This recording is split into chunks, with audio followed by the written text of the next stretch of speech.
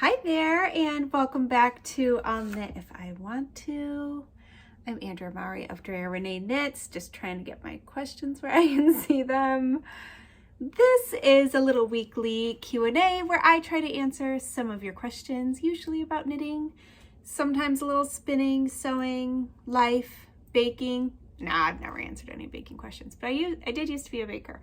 Today I am wearing my birch pullover, and it feels delightful to be in a sweater. This is knit up in birch hollow fibers, Sojourner base, one of my all-time favorite sweater yarns.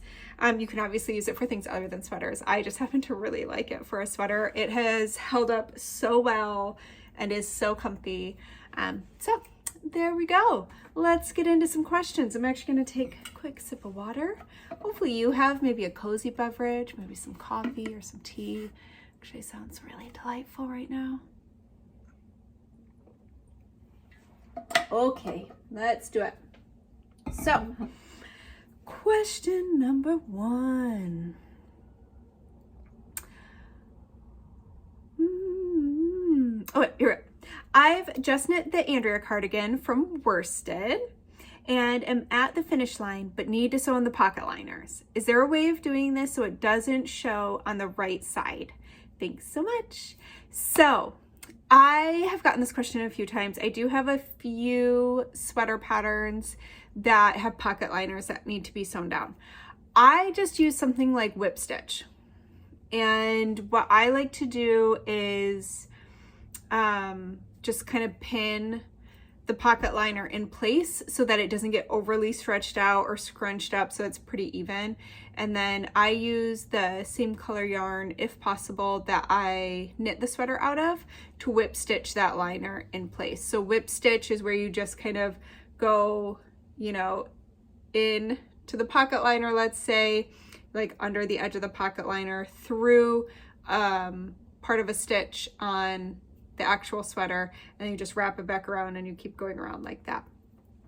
That being said, for those of you that are like, yeah, I'd like a little more guidance than that, Coco Knits, I don't actually know when they released this delightful little nugget of a tutorial, but I think maybe they put it out in a newsletter or something. I don't remember how I stumbled across it, but I was like, this is perfect. So they did a fantastic little photo tutorial on how to sew down pocket linings. Theirs is a little more like technical, so especially for you out there who love, like, you want it to be like right, you know, this is a really good way to go about it. I'm pretty chill, I guess, with my pocket lining. So I'm like, whoop, you know, I just gotta sew it in.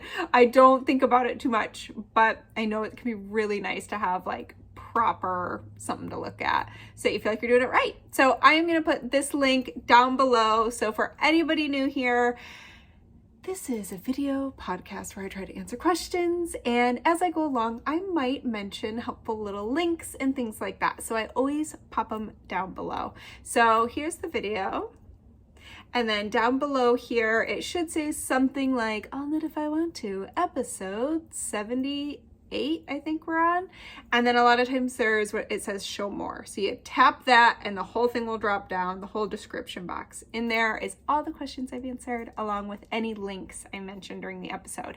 At the very bottom of that you will also find a link if you have a question you'd like me to answer, so you can tap that and it'll take you to a form to fill out. Those are the only questions I look at for this. So it just really helps me keep them organized. And there's also a link to my newsletter, which, you know, is a great thing to subscribe to if you want to keep up with me on a usually weekly basis. Sometimes my newsletters go out, I would say 2 to 4 times a month, kind of depending on how busy life is. Okay, let's get back to some questions. So I will link to that Coco Knits tutorial below because it's a real good one. All right. My question is twofold. One, do you use wool wash when blocking gauge swatches? And 2, what type of wool wash do you recommend? So I do use a little bit of wool wash when blocking my swatches. I think that a good rule of thumb whenever you are making, whether you are sewing your own clothes, knitting, crocheting your own clothes, I always think you should treat your swatches or samples the same way you're going to treat your finished garment, because that's going to give you the truest result for what you're trying to achieve. So I wash my swatch exactly how I'm going to wash my sweater, let's say. And I make sure that, so I soak it for just as long, I use wool wash, and I let it dry completely before measuring and checking out how I like the drape and everything of that swatch. My favorite wool wash is the Farmer Daughters Fibers wool wash. I just love it. It's lanolin rich. They do different scents that are super amazing. So that would be my favorite. But I've tried a ton of them. I've tried Eucalyptus, Soak. I'm not even remember all their names. I don't think you can go wrong with a wool wash. They all seem to be pretty great. I do prefer no rinse. I think that most wool washes directed towards hand knitters are no rinse, because we don't want to agitate our woolens. We don't want to accidentally felt. Unless you are trying to felt, you don't want to do that on accident. So I like a no rinse one where I can just throw, usually it's like a cap full, into the hot water or warm water or cool water, whatever kind of water temperature you're using to block your specific item, and let it soak, drain the water, squeeze out any excess water from the swatch, and then I just lay it flat to dry. And as well as when you're letting it dry, if let's say I'm doing a lace shawl and I'm going to pin it out, I would pin out the swatch as well. If I am doing a swatch for a sweater and I'm not planning on pinning that sweater, because here's the thing, for me personally, I do not want to have to put pins in a sweater every single time I wash that sweater. I wear my sweaters a lot. That is why I make them. So I know myself, and I know I'm not going to be super fiddly. Something like a shawl, I'll totally pin that out, because I know I'm only going to have to ever block it once in a blue moon. You don't generally have to block shawls nearly as much. So I don't mind that little bit of extra. But things like socks and sweaters that I wear every single day for at least half the year, I want the washing of them, the care of them, to be pretty easy so that I can keep up on it. So if I'm not gonna pin out that finished sweater, I'm not gonna pin out the swatch of that sweater. If I'm just gonna gently pat that sweater down into shape, that's all I'm gonna do to the swatch. Because what you don't want to do is like tug and like, mess with that swatch a whole bunch. Because if you're not gonna do that to your sweater, you're not gonna get the same gauge as you did with your stretched out swatch compared to maybe your gently patted sweater. So just something to think about. Okay. And I will link to the Farmer's Daughter Fibers wool wash. It's really nice. All right. I thought this was such a great one. I love when people think about like the little detail things that sometimes I'm like, did I ever get specific about this? I probably haven't. So I love when people ask questions like this next one. When you sew buttons on a cardigan, do you sew them on with yarn or thread? And if thread, do you sew them on by hand or by machine? My buttons never seem very secure, and the patterns never seem to specify. I was like, oh, yeah. So it depends is the answer. If I am using, let's say, a woolen spun yarn like Loft from Brooklyn Tweed, I'm probably not going to use that to sew on my buttons because it doesn't have the strength for that kind of sewing. There's a good chance I would pull apart that yarn because it's woolen spun. Now, if I was sewing buttons on, say, this was a pullover, Sojourner is a sock yarn. It has, I don't know how many plies, can I tell from here? It's got a minimum of 3. Unfortunately, I can't really see without being able to like twist. Do I have any ends? If you've been watching for a while, you know that I forget to clip off the little tails that I leave from weaving in. So I weave in my ends, then I block, then I trim off the tails, but a lot of times I forget to trim off the tails. And we've seen that a few times on here as I've shown different samples. But I can't tell, but this is at least a 3-ply, if not more, and it's a strong yarn. So I would feel very confident sewing buttons on with this yarn. So if it is a worsted spun multi-ply yarn, I would probably consider just using that yarn so that it matches. But there's nothing wrong. It can really be personal preference too. If you have thread that matches your sweater, use the thread. It's strong. There's definitely nothing wrong with that. So the only time I wouldn't use yarn is if it's maybe a little too fragile for it and I don't feel like it'll hold up. And I always hand sew on buttons, even on my hand sewn garments. Kind of depends on your machine. It sounds like you maybe have a nice machine that can just do that for you. And I did actually, my old sewing machine, which I got for like $99, had the best buttonhole maker, and it was really great at sewing on buttons. It was the coolest thing. It was like this little tray, and you put your button in, and then you push it, like the sides up to the button, and that told the machine and it was a really basic, like super basic Singer, little tiny sewing machine. And they just really amped up the button technology on it though, because it does it better than like my pretty nice machine I have now. But it would like tell it how big the button was, and it would just do the buttonhole for you. You didn't have to do anything else. Like my buttonholes now that I have to make on my sewing machine, like I have to be the one to like decide that it's long enough, which always makes me nervous. I guess it probably can sew on buttons. I just always do it myself. Just hand stitch them. Now I'm curious. I feel like I need to like look at my machine and be like, can this do this? Because I will say that, yeah, having a machine do it, it can do it. You know, at least my old swing machine could definitely sew those buttons on pretty nice. I still have that machine. Maybe I should be getting it out for my buttonholes. Okay, so yes, I generally use yarn unless I don't think it's strong enough. Then I'll go for thread and I hand sew them on myself. Okay. Here's my question. A lot of times there's like a whole nice sweet message with y'all's questions, which I really love, so thank you. But I try to get down to the meat of the question for all of you. So that's when you see me just like, nah. I'm not just like taking a little break. I'm just trying to get to the question. So here's my question. When changing from knitting stockinette stitch flat to knitting in the round, it has been suggested to go down a needle size to get the same tension.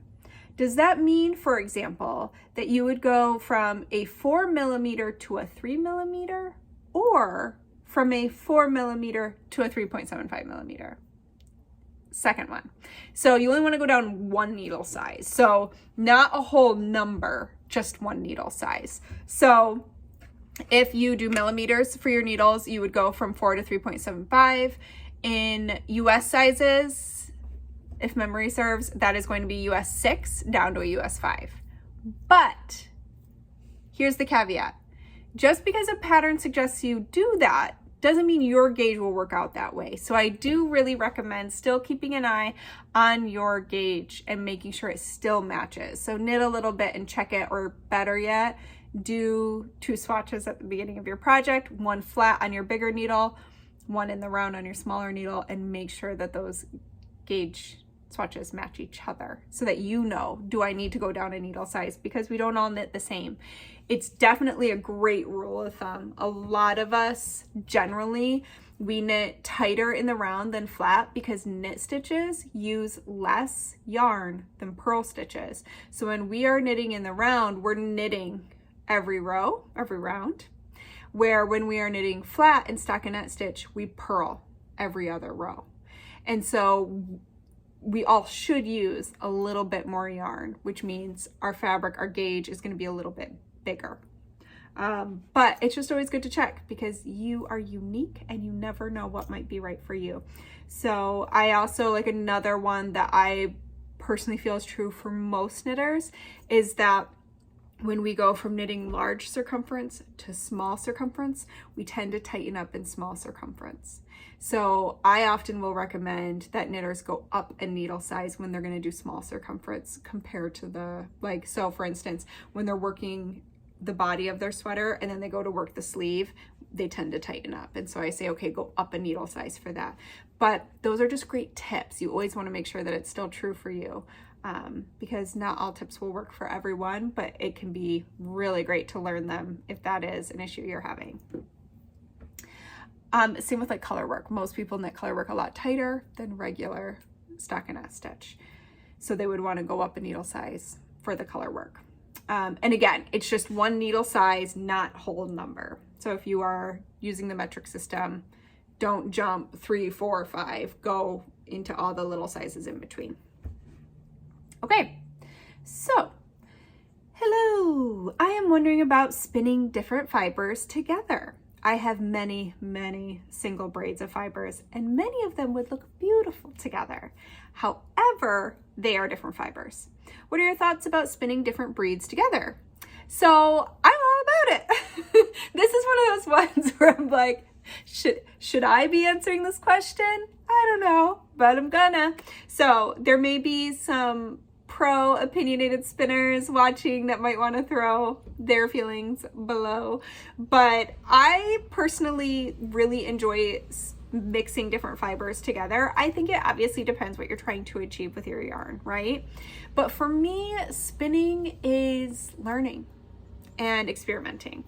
And so I have talked a few times over the past couple of weeks about how I've been loving to do these combo spins, and I have had some follow-up questions on that. So when I do a combo spin, I basically am choosing those random braids from my stash where I'm like, these would look good together. You know, I have a few right here. Let me grab them.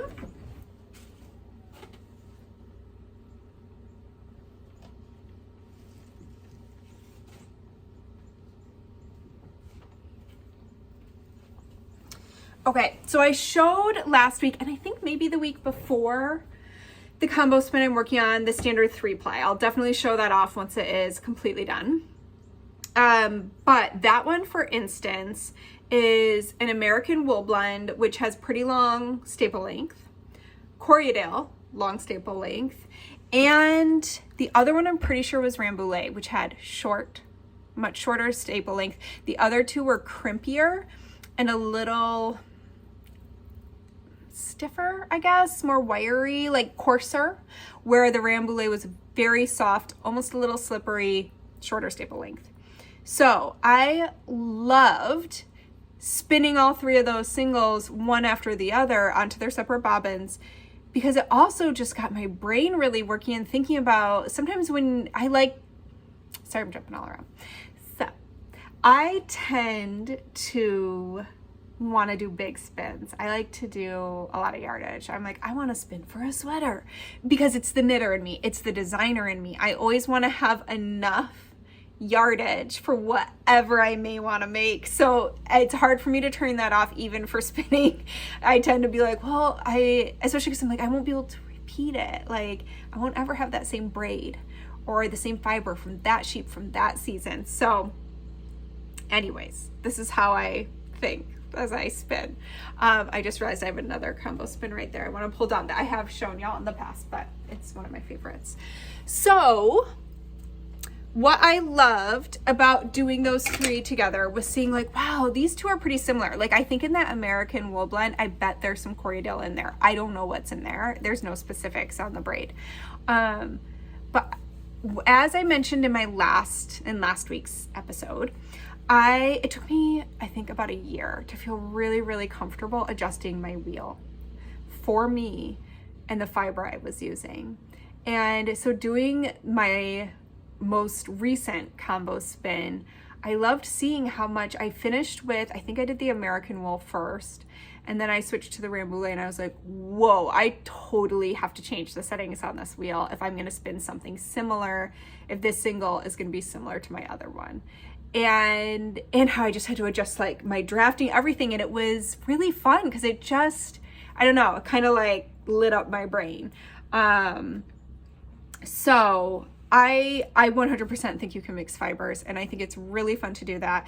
And what got me combo spinning, I am gonna land this plane. Sorry, I tend to get excited and just all over the place. But this was one of my first combo spins, and I wish it was still in a skein, so I could show you that right now.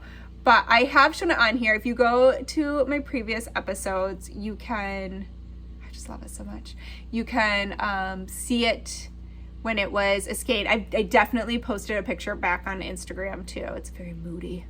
But this was a bat that I spun, and then I plied it with a braid that I had spun. And so very, very different. I can't remember any of the other details off of the top of my head of what was in them, but like the bat had all kinds of good little different fibery bits in there. It was a little bit tweedy. It was mostly gray. And I just absolutely love how this turned out so much. I have 2 skeins. You can tell I've knit this, and then I decided it was gonna be part of a project, a design I was working on, and then I was like, you know, it's not quite right. And this has to, I love this yarn so much that I'm like, it has to be perfect. Oh, I bet you couldn't even hear me. I just blocked my headphones. I was just saying it has to be perfect. But that is one of my troubles that I'm trying to push through with my hand spun, is it's hard for me not to save it. Cause I'm like, I can't make it again. I can't do the same exact one again. But I can continue to do different riffs on it. So this is the one I did just after that one. Again, I did one, and I've shown this before, but I used a bat, and then I did 2 braids that had similar colors. One was more blue and kind of cool. The other was a bit warmer, but they both had the similar purples in them. So that was kind of like what connected the dots. And this, I wonder what my yardage is on this. I finally got one of these. Yarn to yards balance. So this is when you do the, I'm sure there's like another name for this, but you use a balance and you cut the yarn so you can figure out how many yards per pound you have in a skein. Because I'm always trying to figure out like a better, more accurate way to count my yardage. Again, if anyone has any great tips on that, let me know. Because I don't fully feel like I can trust it, you know? So that was another combo spin. And then again, I've shown y'all this one. This is 2 skeins, same colorways. One's a teeny bit thicker than the other, but again, I spun them a little bit differently, and I'm gonna have to go back and see if these are the same base, because I don't know. And now I'm so curious. I have discovered that I really, really love Rambouillet. I can't remember if I showed y'all this other finished skein, and then I'll stop my show and tell, because I'm sure you all have the rest of your day to get to. Not that you're stuck here. I'm sure there's some people who are like, we don't spin. I'm gonna end here. But I finished this one. So this is Lightning Bug that I showed y'all that I was kind of thinking about using for my weekender. I did a standard 3-ply, and I was surprised by how solid color it is, because it has quite a bit of white in it, but the color really took over. So I don't know. I still don't know what I'm going to use for my weekender. It's a good thing I gave us a year for that knit along, because I think I'm probably the most behind out of anybody participating. But what I will say is the squish on this is unreal. Like, I wish, let's give you not where I have my figure 8 ties. I wish you could like really understand. Like, I wish you could just feel this. It's so squishy, like so squishy. Oh my gosh. Anyways, on that note, I hope that you have a lovely weekend full of maybe some spinning, maybe some knitting, hopefully some time outside. And I'm just so stoked that you joined me back here this week, and I hope to see you again next week. As always, I'll put the questions below. If I mention anything that needed a link, I'll put that below, such as how to sew in those pocket linings. And you can also find the link to ask questions and my newsletter and all that good stuff. But I hope y'all are enjoying some early fall if you are in the Northern Hemisphere like me. And if not, I hope you enjoy, maybe you're getting into some warmer spring, summer's coming weather. I'm like, see you later, summer. I love my cold weather. All right. I hope you have a great weekend and I hope to see you back soon. Bye.